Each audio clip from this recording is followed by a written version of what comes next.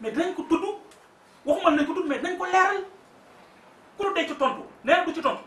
police jàppuñu ko gardé wuñ ko à vue defuñu ko dara actuellement mi ngi dox ay soxlaam kenn jàpp ko kenn def waaye nag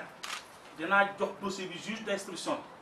je tiens à le préciser le dossier sera transmis au juge d'instruction pour information dañ ko jox pour mu leeral ko wax kon fii gis ngeen politique amu fi daara amu fi li leer ba leer mooy kayit yi ñu bindoon ni ceeb la ak dugub te Khalifa Sall bokk ci ñi ko signé ñooñu mu bokkaloon signé ko